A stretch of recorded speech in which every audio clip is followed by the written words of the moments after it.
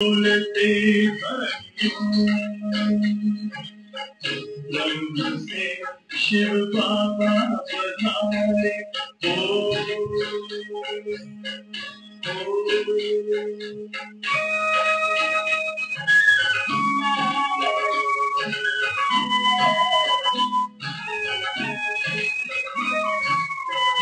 विश्व में भी पाप की जब घटा छाई तब विभूति आप जैसी धरती पे आई। एक तार में पद सारे बोलते भरियों ब्रह्ममुख से मधुर वाणी बोलते भरियों ब्रह्म से शिव बाबा पधारे बोलते भरियों ब्रह्ममुख से मधुर वाणी बोलते भरियों ब्रह्म से शिव बाबा पधारे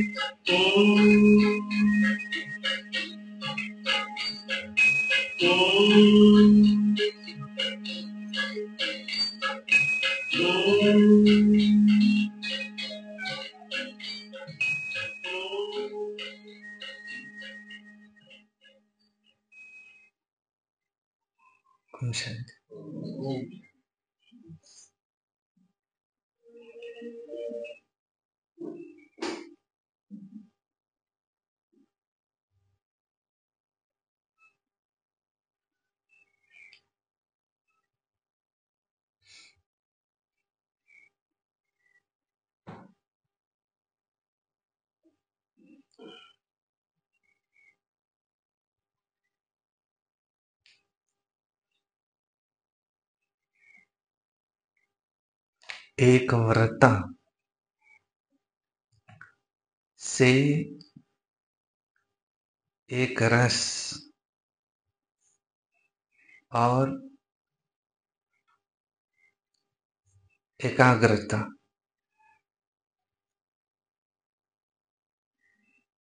और उसी से फिर पवित्रता। पवित्रता केवल ब्रह्मचर्य नहीं परंतु ब्रह्माचारी। कोई कोई बच्चे में बाप दिखाई देता, उसके फीचर से समझ में आता कि ये इसका बच्चा है। तो आपके भी फीचर्स से, रूहानियत से, बोल से, चेहरे से ब्रह्मा बाप प्रत्यक्ष हो,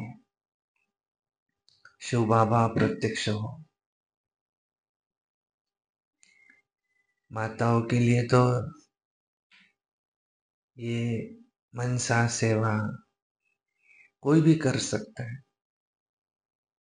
भाई भी कर सकते, टीचर्स तो करते ही है, पर ऐसे भी नहीं टू मच कि कोई लेसन लेने आए तो बैलेंस से चलना।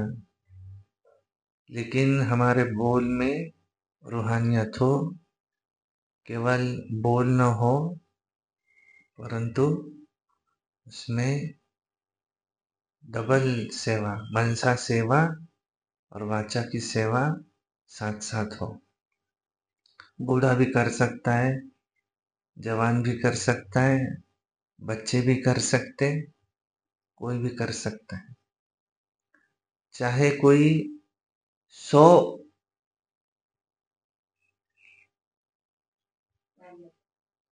हमको ऐसे मिले जो हमको नाराज करने की कोशिश करे, 100 एक नहीं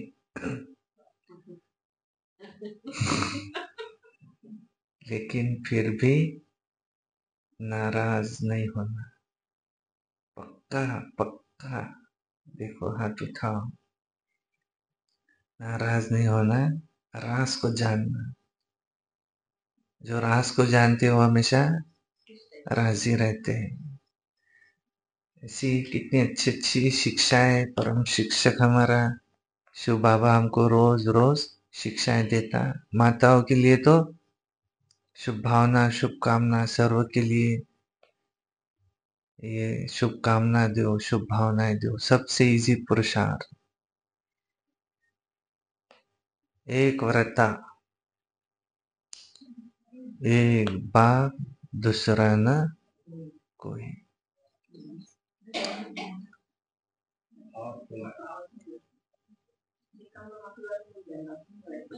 अच्छा, सुनते हैं आज की मुरली। वाणी है 9/9/24 की। सारे मुरली का। मीठे बच्चे योग बल से बुरे संस्कारों को परिवर्तन कर स्वयं में अच्छे संस्कार डालो। कैसे? योग बल से। क्या बढ़ाओ? योग का बल। जितना हो सके एक व्रता रहो। पवित्र बनने की युक्ति बाबा ने कल बताई। एक व्रता, एक मेरा किसी से कोई लेन देन नहीं, कोई देहधारी अंत के समय मुझे याद न आ जाए। तो योग बल से बुरे संस्कारों को परिवर्तन कर स्वयं में अच्छे संस्कार डालो। और कौन से संस्कार अच्छे संस्कार है? तो ज्ञान और योग, ज्ञान और पवित्रता के संस्कार अच्छे संस्कार है। ज्ञान और पवित्रता के संस्कार ये अच्छे संस्कार है। प्रश्न है, तुम बच्चों का बर्थ राइट कौन सा है और तुम्हें अभी कौन सी फीलिंग आती है? उत्तर है, तुम्हारा बर्थ राइट है मुक्ति, जीवन मुक्ति। तुम्हें अब फीलिंग आती है कि हमें तो बाप के साथ वापस जाना है। अब तुम जानते हो बाप आए हैं भक्ति का फल तुम्हें मुक्ति और जीवन मुक्ति देने। अभी तो सबको शांति धाम जाना है, सबको अपने घर का दीदार करना है। हमें किसका दीदार करना है? अपने घर का दीदार करना है। तो ये बच्चों का बर्थ राइट है। अब हमको कौन सी धुन लगी रहे? मुझे घर जाना है बस। और मुझे कौन सी धुन लगी रहे? कि मुझे नई दुनिया में आना है। और कौन सी धुन लगी रहे? उससे पहले मुझे एक व्रताबन पावन बनना है और वापस संपन्न संपूर्ण बन के वापस घर जाना। और बाकी जो बाबा ने मुझे सेवाएं दी है, जो बाबा ने मुझे सेवा दी वो सेवा मुझे करना है। हम सेवा भी मांग नहीं सकते बाबा से कि मुझे यही सेवा दो, नहीं। क्योंकि बाबा क्या कहता है आते से ही, यहाँ तुम मुझे कुछ मांगो मत बाबा। ये मांगने का संस्कार कौन सा है? भक्ति का। भक्ति में क्या करते देवी देवताओं के आगे जाके ये दे दो, वो दे दो, ये दे दो। सेवाएं सारी किसकी है? शिव बाबा की। अब उसको पता है मुझे सेवा कैसी करनी है। इसमें हम बीच में अपना मत नहीं दे सकते। हम सिर्फ एक कर सकते, मैं आत्मा हूं, परमात्मा की संतान हूं, तुमको ये काम कंपलसरी दिए, तुम मेरी याद में रहो, तुम्हारे सोचने का भी काम मैं करूंगा, बस। पर मुझे यही सेवा चाहिए, ये भी हम नहीं बोल सकते। राजी तेरी रजा में, तेरे फूलों से भी प्यार, तेरे कांटों से भी प्यार, जहाँ बिठाए, जो खिलाए, हम उसमें राजी रहेंगे। तुमने मुझे पुकारा था, हे पतित पावन आओ, आकर के मुझे पावन बना। अब तुमको पावन बनाने का काम मेरा, बस। तुमको पावन बनना है, और जहाँ चांस मिले, जो सेवा बाबा दे, वो सेवा मुझे जरूर करनी। जो उठे सो अर्जुन, ये भी है। अगर कहाँ अनाउंस हो रहा है ये कौन करेगा, तो मैं, पर नहीं तो नहीं, हाँ तो हाँ। और हमारा हर एक संकल्प पूरा होने वाला है। ये तो हमने सबने प्रैक्टिकल देखा है ना। बाबा का कमरा तो बना नहीं है, ऐसे शिवलिंग दिखाते थे पहले, ऐसा बनाना है, देखो। और ज्यादा दूर भी नहीं, 1 साल में बनाना है, 1 साल में बन गया। किसी दीवार भी बन गई उसके साथ, वो तो फ्री में बन गई, वो तो बोला भी नहीं था हमने बाबा को। बाबा को पता है कि कमरा बनेगा तो दीवार भी तो लगेंगे उसको। फिर संकल्प किया, हमको दीदियों का प्रोग्राम लेना है, बड़ी धूमधाम से लेना है। देखो उस दिन, उसके पहले 2 दिन पहले बारिश थी, उसके उस दिन के बाद शाम को 5 बजे के बाद से बारिश थी। सिर्फ उस पीरियड में उतना ही, 1 दिन पहले और 5 बजे तक की बारिश नहीं थी। ये किसने मदद दी? बाबा ने दी। संकल्प पूरा किया। हमारे संकल्पों से सत्युग में उत्पत्ति होने वाली है। कितने हमारे भारी संकल्प है, पूरे होते, हो ही नहीं सकता ऐसा। सिर्फ क्या होता है, उन संकल्पों में प्यूरिटी चाहिए, आज्ञाकारिता चाहिए। 4 बातें कौन सी है? आज्ञाकारी, आज्ञाकारी, वफादार, फरमानबरदार, ईमानदार। और एक बेटे के 2 बच्चे अगर है, एक अगर आज्ञाकारी है, एक आज्ञाकारी नहीं है, तो आज्ञाकारी की तरफ पिता का विशेष प्रेम रहता है। तो कौन सा बर्थ राइट है तुम्हारा? तुम्हारा तो जन्म सिद्ध अधिकार है, उससे कुछ फिक्र करने की कोई जरूरत नहीं। मुक्ति, जीवन मुक्ति। और अभी तो सबको परम धाम का दीदार करना है, सबको। ओम शांति। मनुष्य बाप को सच्चा पातशाह भी कहते हैं। अंग्रेजी में पातशाह नहीं कहते, अंग्रेजी में तो सिर्फ फादर, सच्चा फादर कहते गॉड फादर इज ट्रूथ, माना परमात्मा सत्य है। वो गॉड फादर माना, फादर माना पिता, वो परम पिता, वो सत्य है। भारत में कहते सच्चा पातशाह। अब फर्क तो बहुत है, वो सिर्फ सच कहते हैं, सच सिखलाते हैं, सच्चा बनाते हैं। यहां इसलिए उनको कहते सच्चा पातशाह। सच्चा भी बनाते, सचखंड का बादशाह भी बनाते, तो उनको कहते सच्चा पातशाह।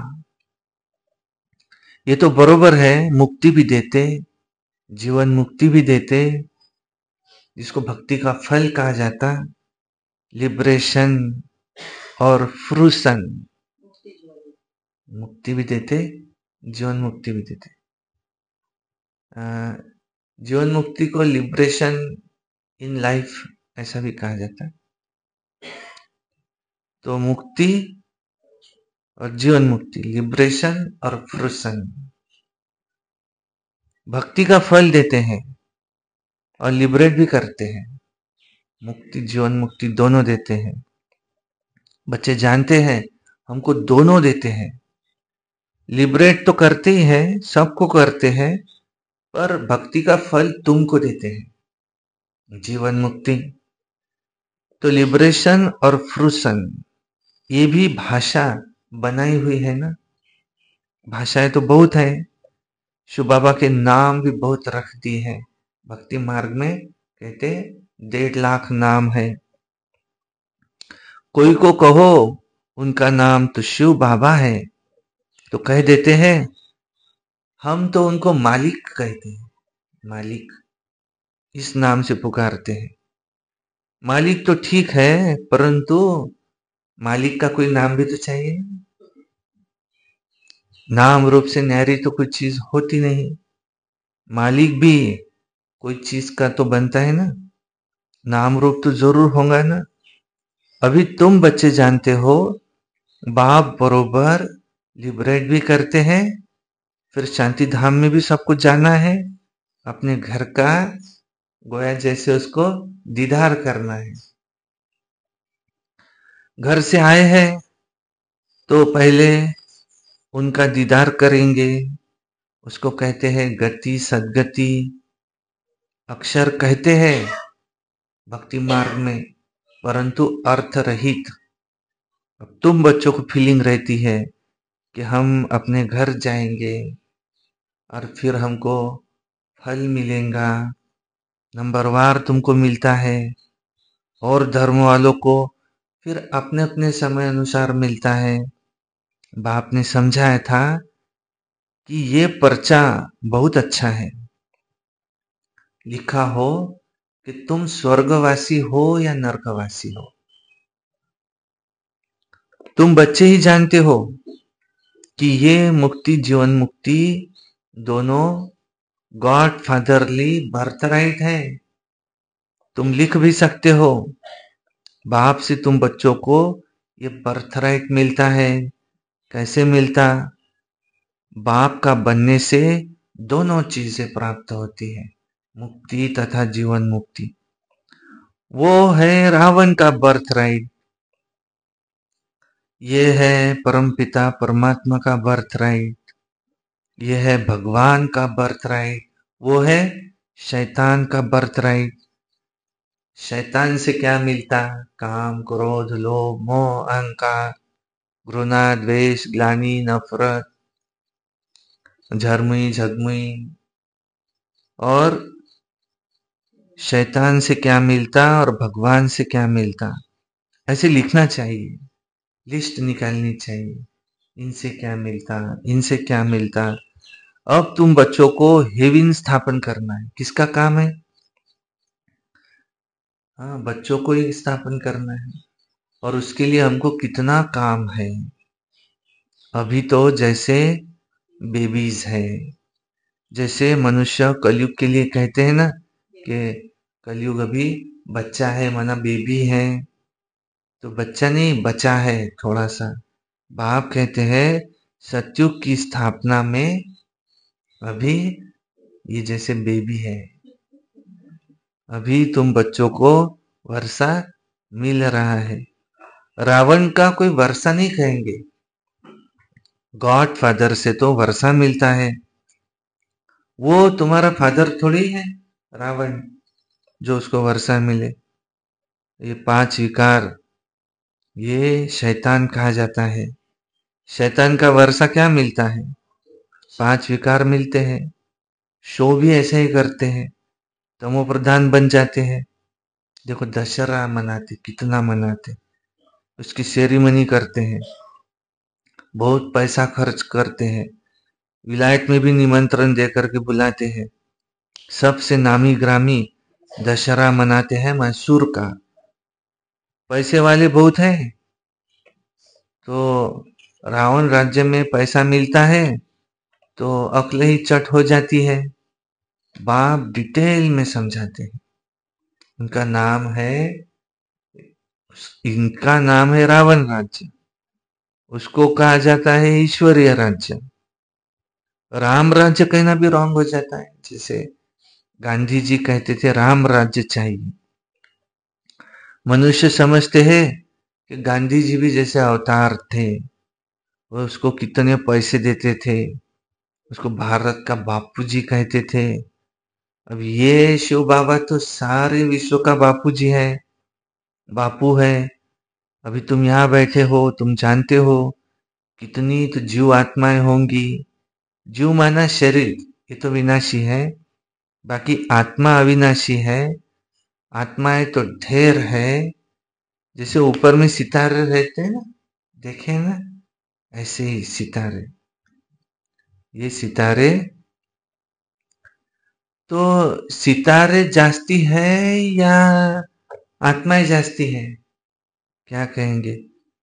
तो तुम तो जैसे धरती के सितारे हो, वो है आसमान के सितारे।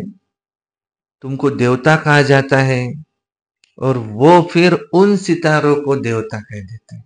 देखो, तुमको कहा जाता है लक्की सितारा।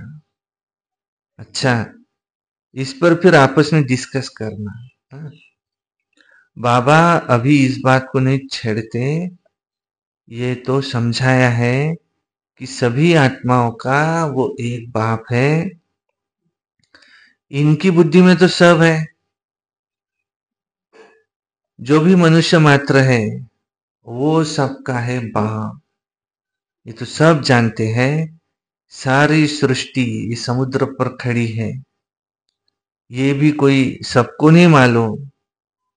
बाप ने समझाया था कि ये रावण राज्य अभी सारे सृष्टि पर है, सिर्फ लंका पर नहीं।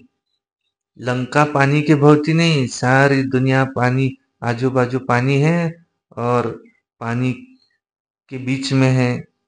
ऐसे नहीं रावण राज्य कोई सागर के पार है, नहीं। सागर तो ऑलराउंड है ही है, सब तरफ है ही है। कहते हैं ना, नीचे बैल है और उसके सींगों पर सृष्टि खड़ी है, और फिर जब थक जाता है तो फिर सींग बदली करता है।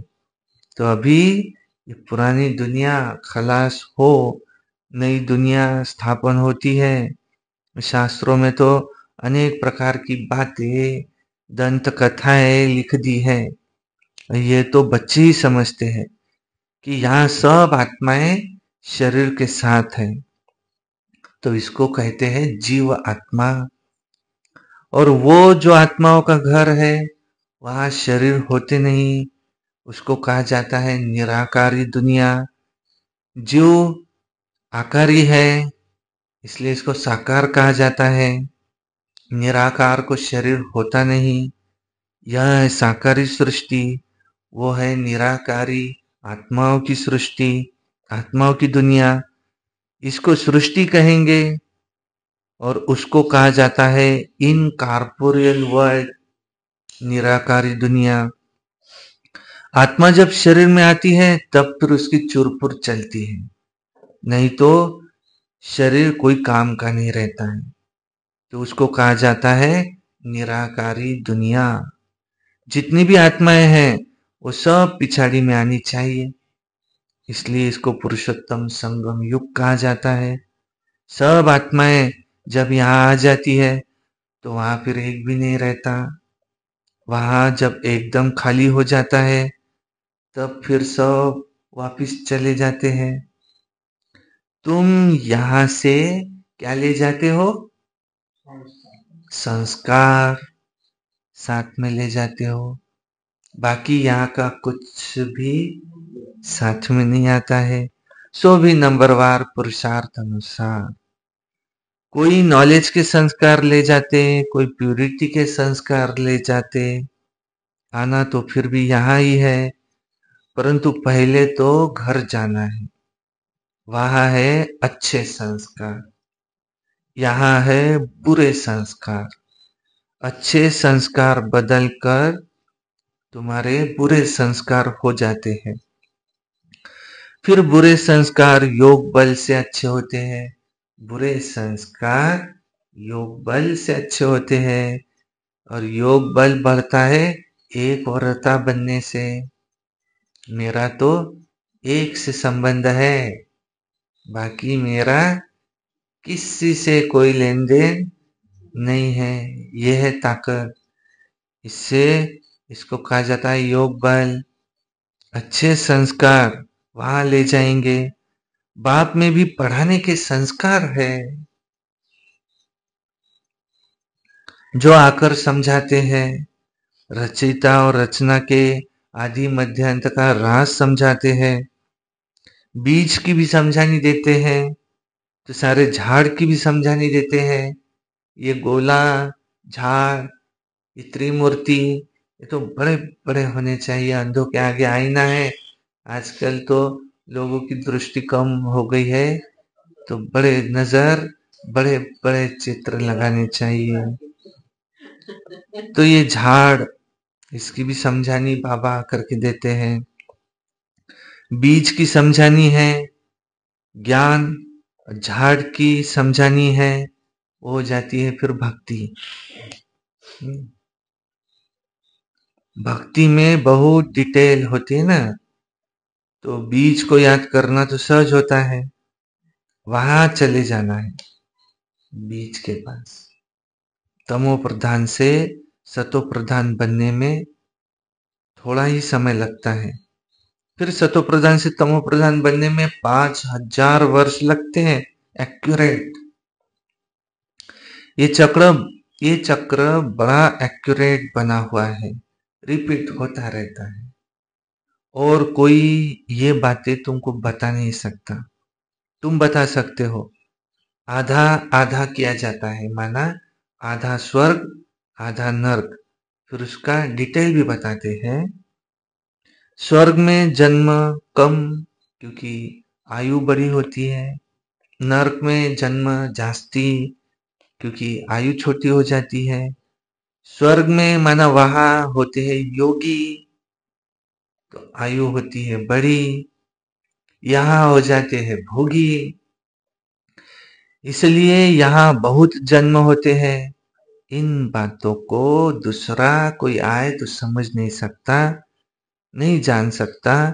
मनुष्यों को कुछ भी मालूम नहीं है कि कब देवताएं थे, वो देवता कैसे बने, कितने समझदार बने, ये तो तुम अब जानते हो। बाप इस समय बच्चों को पढ़ाकर 21 जन्मों के लिए वर्षा दे देते हैं। फिर ये तुम्हारे संस्कार, ये यहाँ के वो नहीं रहते, जैसे कि तुम्हारे राजाई के संस्कार होते हैं। तो ज्ञान की पढ़ाई के संस्कार पूरे हो जाते हैं। ये संस्कार पूरे हुए तो तुम नंबरवार पुरुषार्थ अनुसार रुद्रमाला में पिरोए जाएंगे। फिर नंबरवार पुरुषार्थ अनुसार आएंगे अपना पाठ बजाने। जिसने पूरे 84 जन्म लिए हैं, वो फिर पहले पहले आते हैं। उनका नाम भी बतलाते हैं, जैसे श्री कृष्ण, ये तो फर्स्ट प्रिंस ऑफ हेवन है। ये सबसे पहले पहले आते हैं, इनके पूरे 84 जन्म होते हैं। अब तुम जानते हो, फिर वो सिर्फ एक थोड़ी होगा, सारी राजधानी होंगी। राजा के साथ फिर प्रजा भी चाहिए। हो सकता है एक से दूसरे पैदा होते जाए, क्योंकि अगर इकट्ठे 8 आते हैं, परंतु अगर ऐसा कहे कि 8 इकट्ठे आते हैं, परंतु श्री कृष्ण तो नंबर 1 में आएगा ना, तो 8 इकट्ठे आते हैं, तो फिर श्री कृष्ण का इतना गायन क्यों? इसका मतलब इकट्ठे नहीं आते हैं, अपने अपने टाइम पर आएंगे। ये सब बातें आगे चलकर तुम समझ जाएंगे। कहते हैं ना, आज तुमको बहुत गुहे बातें सुनाता हूँ, परंतु कुछ तो रहा हुआ होगा ना, अंत तक सब समझ जाएंगे। ये युक्ति अच्छी है।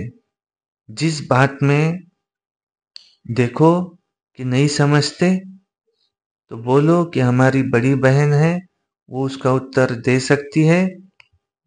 या तो कहना चाहिए कि ये अभी तक हमको बाबा ने बताया नहीं है, मम्मा ने ऐसा कहा था।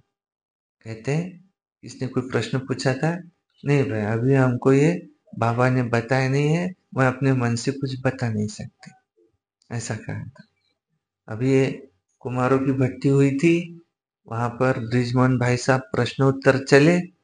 एक भाई ने आगे आकर के प्रश्न पूछा कि अभी जो आत्माएं शरीर छोड़ करके जाती है, जैसे दादियां गई एडवांस पार्टी में जाती है, तो क्या ये उनका 85वां जन्म है? तो कहते तो 84 जन्म। तो ब्रिजमोहन भाई साहब ने क्या उत्तर दिया पता है? उन्होंने कहा कि उन्होंने पूछा क्या, बोले आपको कि हमारा कुछ क्या हो?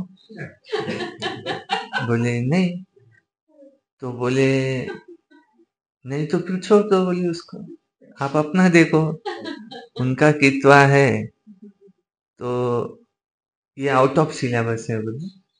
सिलेबस की बात कर।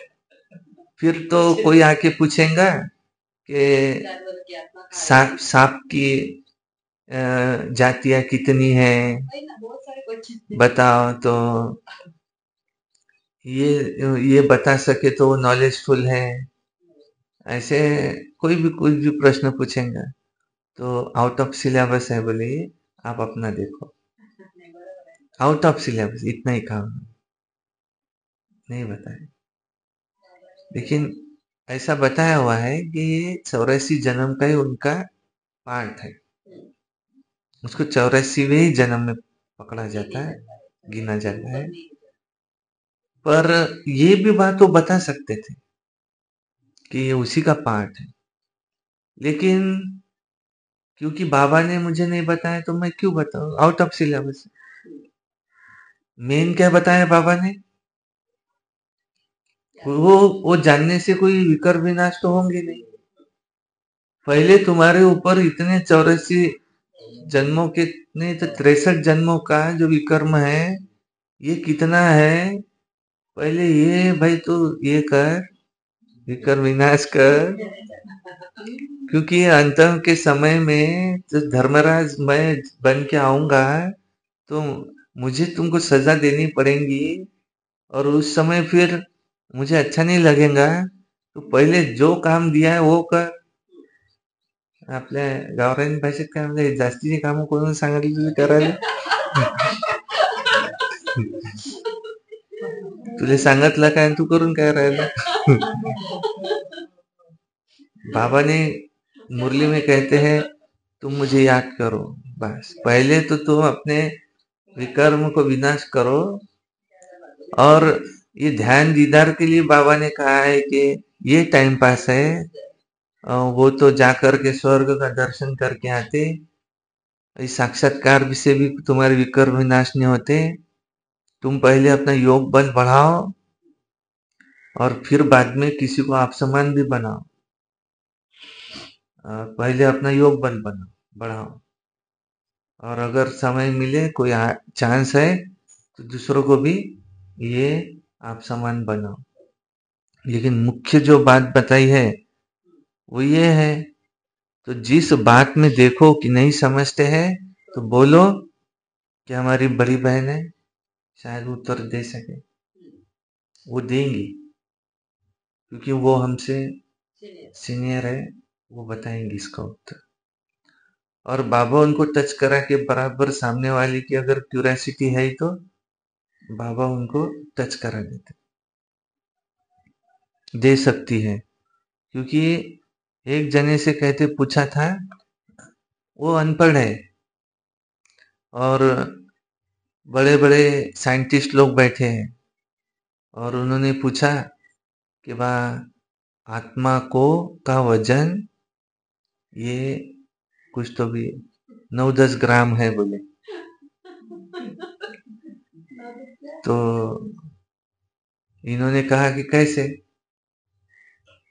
तो शरीर छूटने से पहले बोले उसका वजन लिया, शरीर छूटने के बाद वजन लिया तो 9 ग्राम कम था. माना उसमें से आत्मा निकल गई तो 9 ग्राम की आत्मा थी, निकल गई.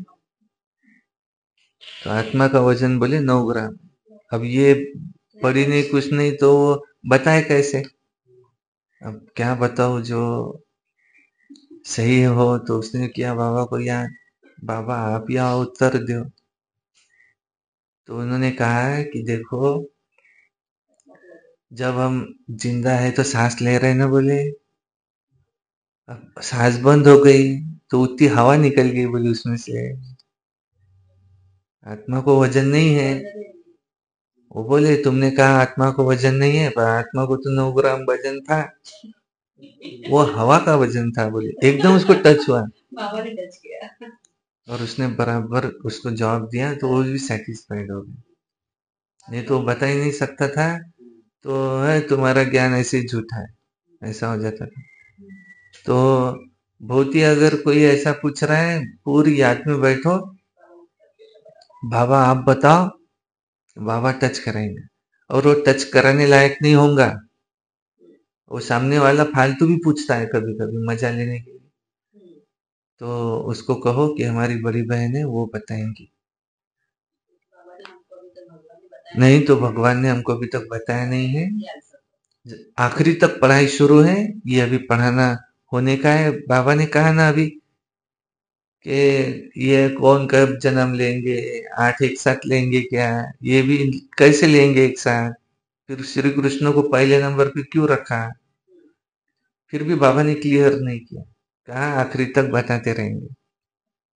कुछ बातें साक्षात्कार से भी सिद्ध होंगी, हमको साक्षात्कार होंगे जहाँ जाना है उसके, जैसे जैसे नजदीक आते जाएंगे तुमको साक्षात्कार होते जाएंगे।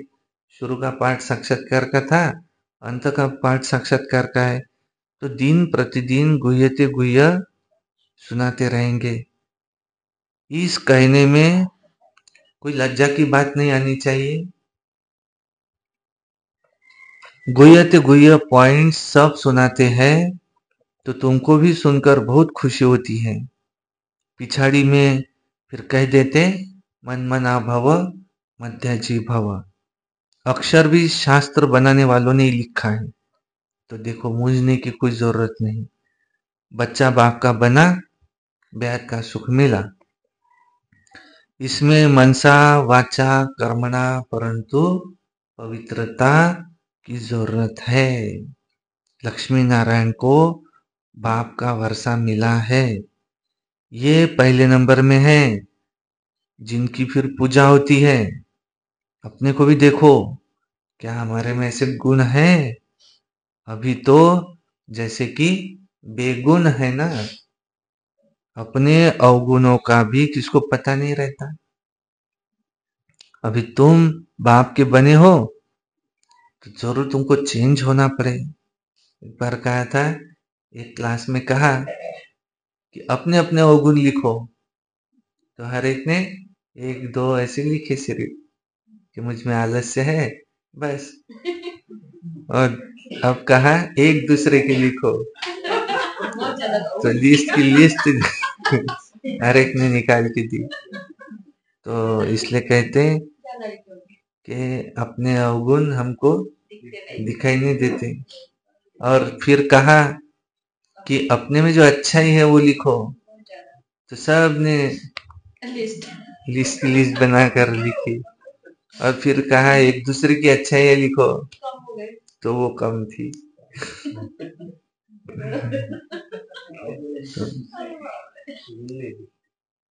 अवगुण दिखते दूसरे के, गुण नहीं दिखते।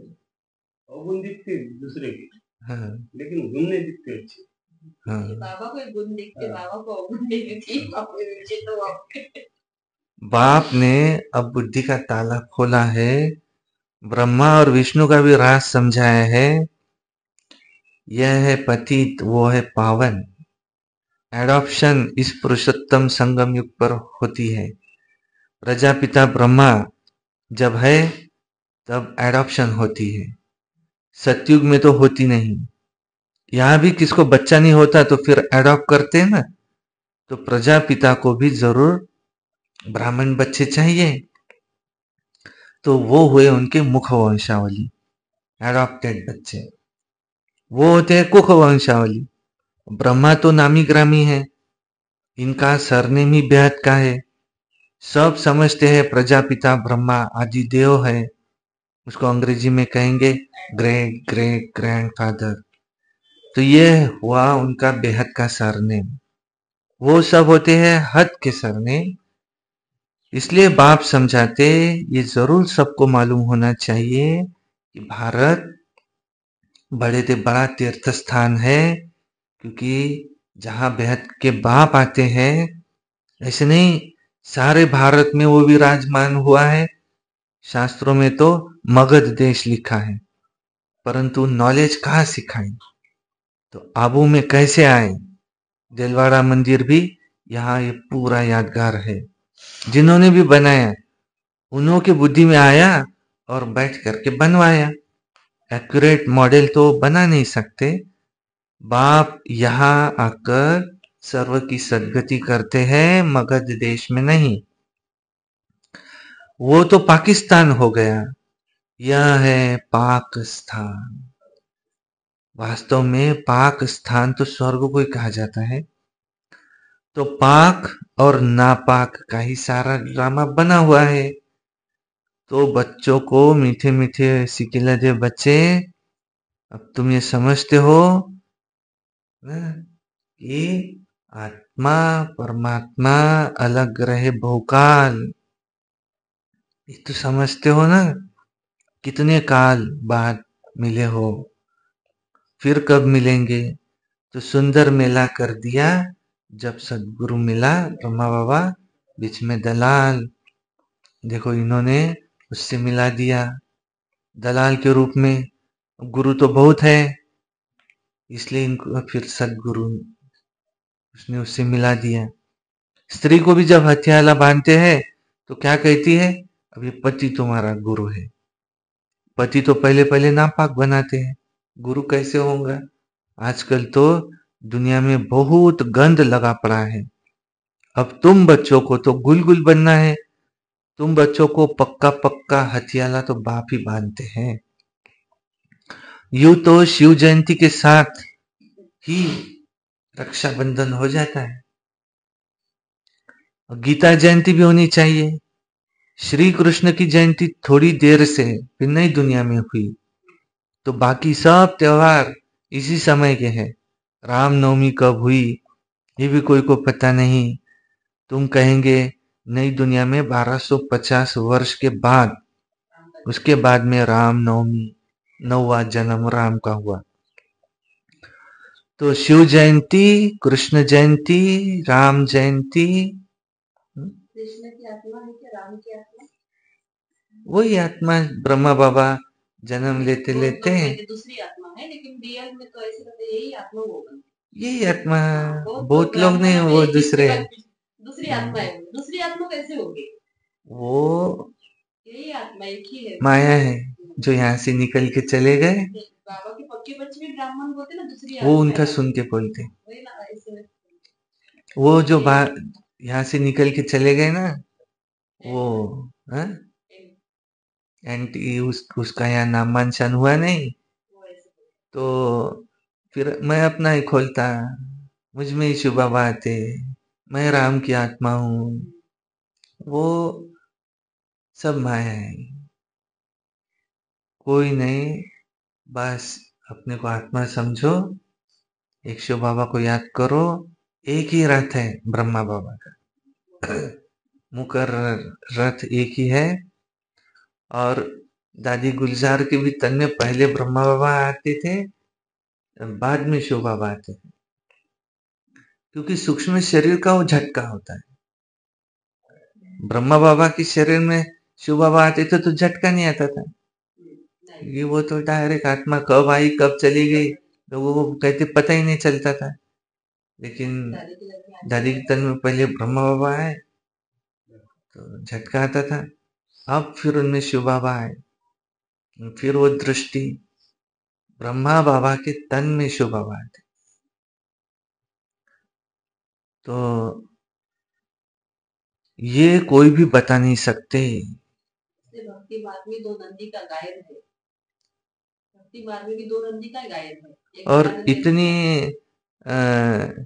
ये मुरली जो रमणीक, इतनी मुरली थोड़ी है उनकी, ऐसी ऐसी मुरली, और यही मुरली पढ़ते। अभी भी जितने जितने कह रहे हैं हमें शिव बाबा आते, वो मुरली में वो रमणीकता ही नहीं है, और वो वाइब्रेशन भी नहीं है, सिर्फ आवाज की कॉपी है बस। कॉपी करके मुरलियां तो यही है ना, माँ बाप के तो बाबा के नहीं। जैसे अभी कोई कहे कि मुझ में शिव बाबा आते हैं, नहीं, नया मंडली, वो मंडली मुझ में शिव बाबा आते, पर वो वाइब्रेशन नहीं आ रही। बाकी ये वाक्य की कॉपी है, पर वो दिल को टच नहीं हो रहा कि ये। और दूसरा कि ये मम्मा हो गई, कि दादियां हो गई, ये मुरली सुन के पूरे बने ना, तो हम भी यही मुरली पढ़ के पूरे बन जाएंगे। और बाबा की एक ही मुरली में इतनी ताकत है कि पूरा संपूर्ण बना सके। एक ही मुरली में इतनी ताकत है, उसका ही वो अभ्यास करते रहे ना, उसको सिर्फ एक ही मुरली मिल जाए, बाकी तो सब ऐसा समझो कि बोनस है। इतनी सारी रोज की मुरलियां अलग अलग, एक अव्यक्त वाणी उसको संपूर्ण बना सकती, ऐसी अव्यक्त वाणी है। तो ये कोई भी बता नहीं सकते। तुम बच्चे भी अभी बाप द्वारा ही जान गए हो। दूसरा लॉजिक ऐसा है कि प्रजापिता ब्रह्मा में तो शिव बाबा आते थे, तो सभी मानते, ये दूसरे दूसरे जिन्होंने स्थापन किए ये भी मानते। फिर उस जगह को उन्होंने स्थापन करके कोई भी अगर किसी की स्थापना करेगा तो आखिरी तक उसकी पालना तो करेगा। अब वो स्थान बदली करके दूसरे स्थान किसी के भी घर में जाना, कहाँ भी, और वो प्यूरिटी वहाँ है नहीं है, घरों में भी जाते कहते वो, तो ऐसे कहाँ भी आज अवतरण रायपुर में, आज अवतरण जयपुर में, आज अवतरण वहाँ, तो ये क्या, अरे जो स्थान वहां का था वो वहां के वाइब्रेशन, वहां की प्यूरिटी, और उनको तो प्यूरिटी चाहिए, वो हम यहाँ बैठे हुए में से भी एक में भी नहीं आ सकते, क्योंकि उनको उस जिस लेवल की प्यूरिटी चाहिए वहीं आते। और ब्रह्मा बाबा ने कितना फास्ट सब अपने आप को चेंज कर लिया, जो फ्रीक्वेंसी मैच हो गई और उनमें वो आने लगे। तो कितने महान होंगे ब्रह्मा बाबा। और जब अवतरण में दिखाई देता है ना, अवतरण हो जाने के बाद भी उसमें ब्रह्मा बाबा भी तो है, दिखाई देता कि कितने पावरफुल होंगे ब्रह्मा बाबा। और वो मेरे पिता है, इसका मुझे कितना गर्व, मैं उनका बच्चा हूं, और मुझे ऐसा ऐसा उनके जैसा बनना है। अब थोड़ा सा समय रहा है, उसमें मुझे ऐसा बनना है। एक्यूरेट बता सकते तुम बच्चे अभी बाप द्वारा जान गए हो कि राम जयंती कब, कृष्ण जयंती कब, कृष्ण शिव जयंती, कृष्ण जयंती, राम जयंती, गोया सारे दुनिया की जीवन कहानी अब तुम बता सकते हो। इसमें लाखों वर्ष की कोई बात नहीं है, लाखों वर्ष की बात थोड़ी कोई बता सकेंगे। बाप कितनी अच्छी बेहद की पढ़ाई पढ़ाते, एक ही बार तुम 21 जन्मों के लिए नंगन होने से बचते हो। अभी तुम 5 विकारों रूपी रावण के पराय राज्य में हो। अभी सारे 84 का चक्र तुम्हारी स्मृति में आ गया है। कितने तुम भाग्यशाली हो। तो समझा, सुना, अच्छा। मीठे मीठे सिकिलधे बच्चों प्रति माता पिता बाप दादा का याद प्यार। Good morning.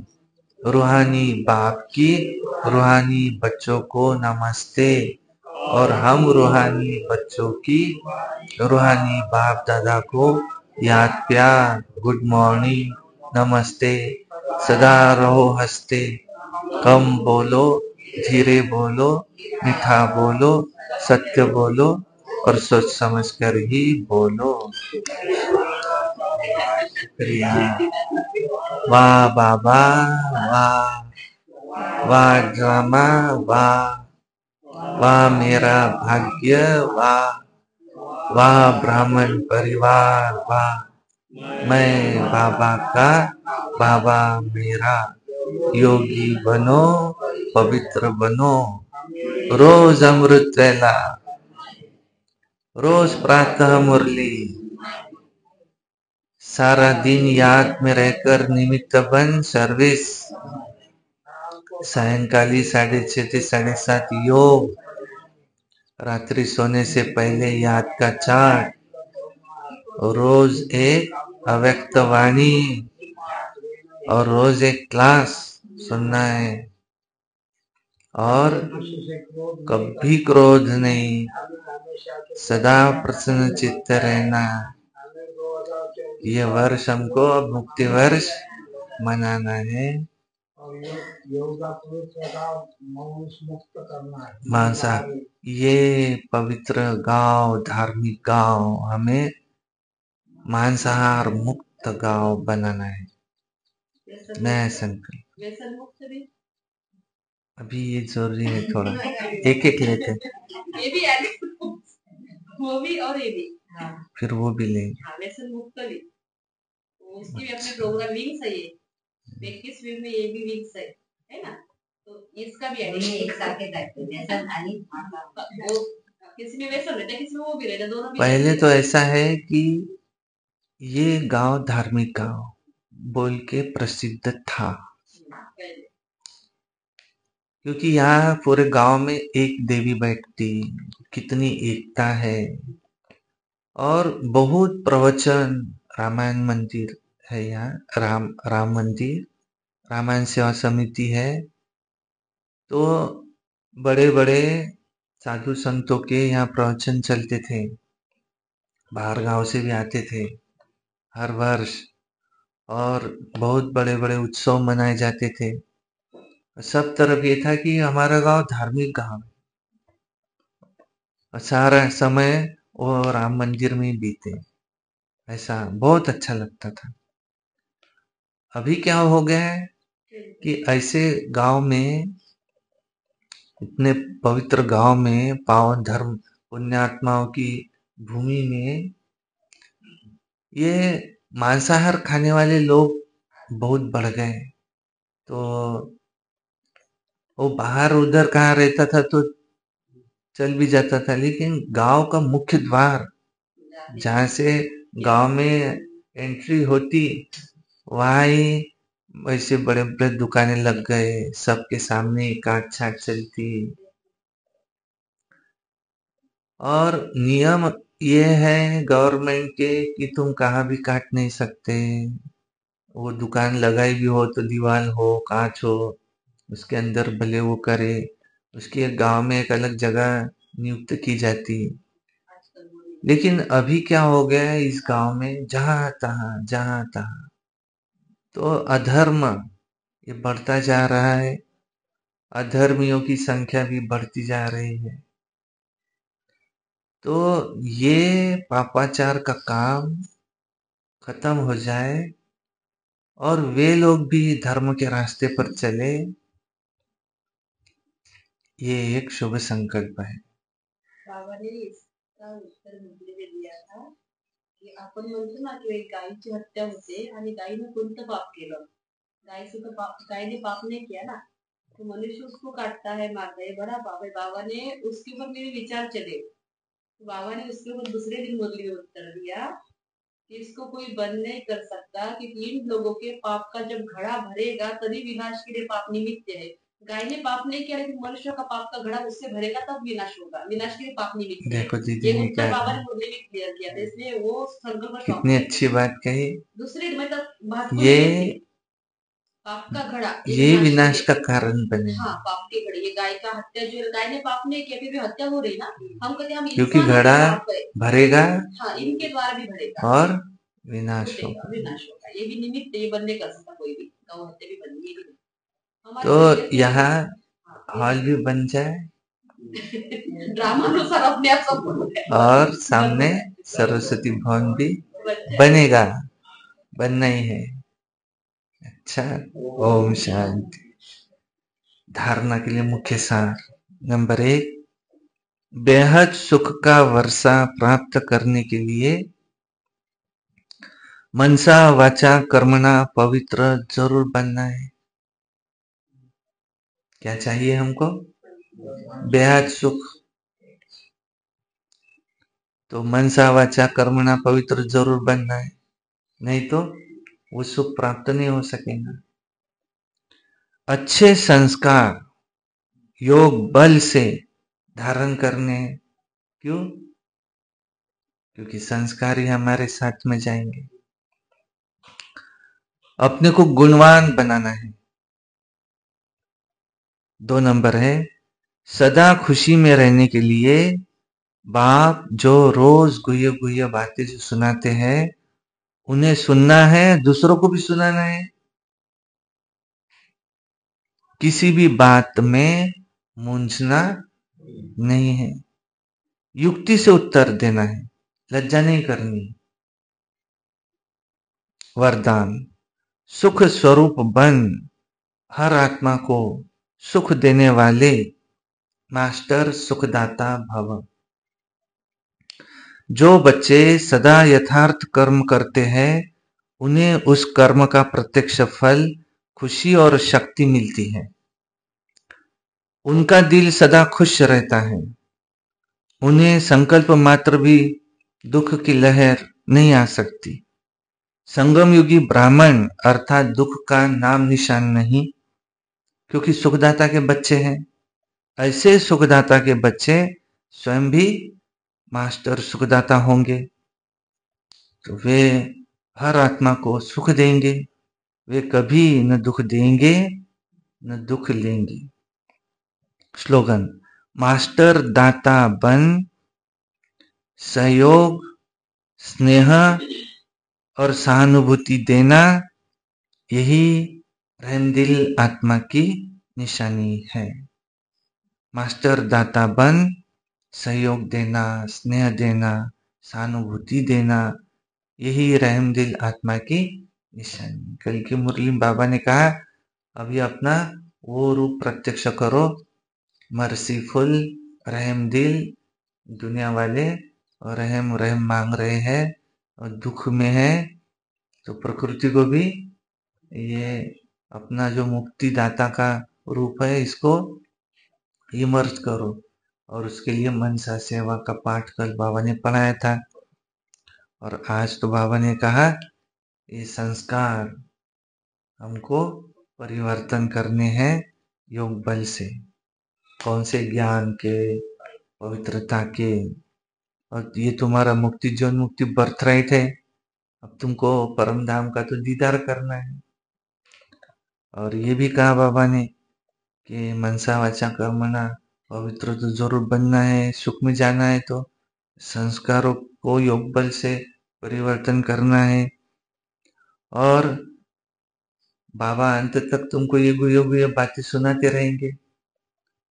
जो बाबा सुनाते दूसरों को सुनाना है, परंतु इसमें ऐसी लज्जा नहीं आनी चाहिए कि भाई ये मुझे पता नहीं तो मैं कुछ क्या बताऊं।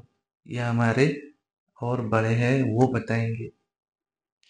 और सुख स्वरूप बन हर आत्मा को सुख देने वाले मास्टर सुखदाता बनो, मास्टर सुखदाता भव। न दुख दो न दुख लो, न दुख दो न दुख लो। और रहमदिल कौन? मास्टर दाता बन सहयोग देना, उसको स्नेह देना, उसको सहानुभूति देना। नहीं, हो जाएगा तुम्हारा, हो जाएगा। सहानुभूति देना, इसको कहा जाता है रहमदिल आत्मा की निशानी। अच्छा, ओम शांति शांति शांति।